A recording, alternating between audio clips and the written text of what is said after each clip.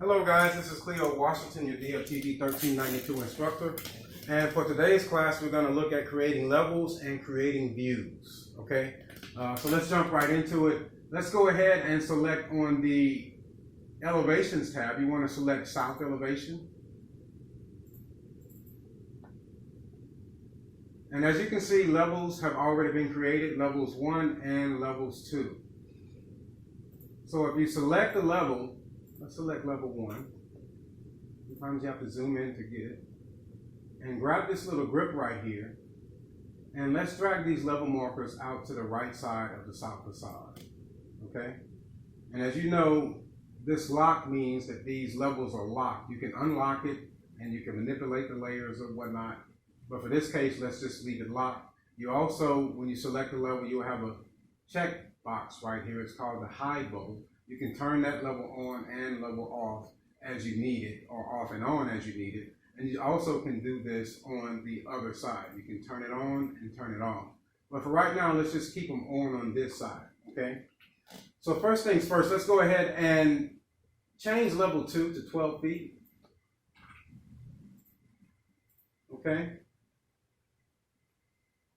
And now let's go ahead and create the other levels 3 through 7. So make sure you're on the architecture tab, and on the datum panel, you want to click this level icon right here. So click here. And let's go ahead and select the pick lines icon. And let's give it an offset of 12. And select level 2. Now level 3 has appeared. Click level 3, level 4 has appeared. Level 5, level 6, and level 7. And they're all in increments of 12 feet, okay? So now let's go up to the top level 7, and we want to change this name to parapet. And the way you do that is you just double click here. You can type in parapet. And you always want to rename the corresponding views. I'll explain why when we get to that part. And actually, we don't need a level 9. I think I created that one by mistake. So let's go back. If you create a level, you have to go back because it will create these levels and it will place them out of order. So you always want to just, when you're dealing with levels, if you notice that your level markers are not numbered correctly, go back and just redo them. You can fix it, but it's easier to just go back and just redo them. I find, at least. So you want to type in 12 here, hit enter, click the pick lines icon, and now we have 7 levels. So hit escape and get out of the level command. Now let's go ahead and change level 7 to parapet.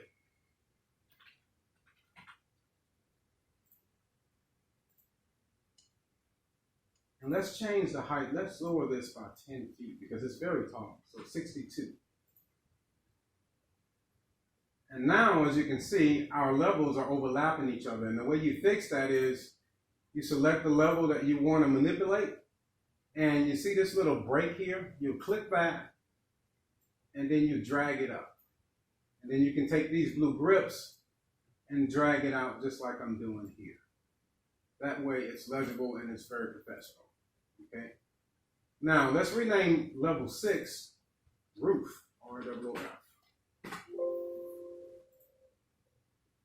Now the reason why it's important that you rename the corresponding views is that when you rename levels, it'll show up in your parapet. Like we'll have second floor, or we can leave it at level 2, but we'll go ahead and change them as we go through the course. All right. So there's what you have when you create all of your layers. Now, I want you to go back to your 3D model, and let's select the walls.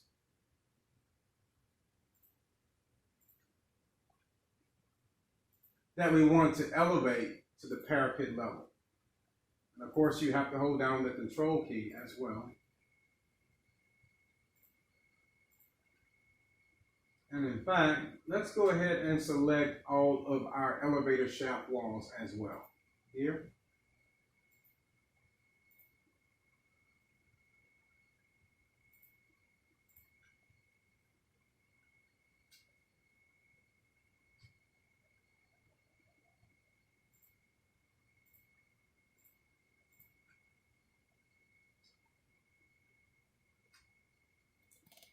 And now we're going to change some of the constraints. So if you go over to the properties menu, you can see there's a base constraint and there's a top constraint. Our base constraint is, set to level 1. We don't have a base offset just yet. We will when we add the footings for the elevator shafts, but not at this moment. And the top constraint is unconnected. So let's go ahead and change your top constraint to parapet. And when you do that, you'll notice that all of your walls will jump up, okay, to that parapet level, which is at 62 feet. So go back to the south elevation, and you can see everything is up to the parapet level, okay? So that's basically how you add levels and then manipulate the walls to meet that level. In the next video, we will continue to manipulate these levels.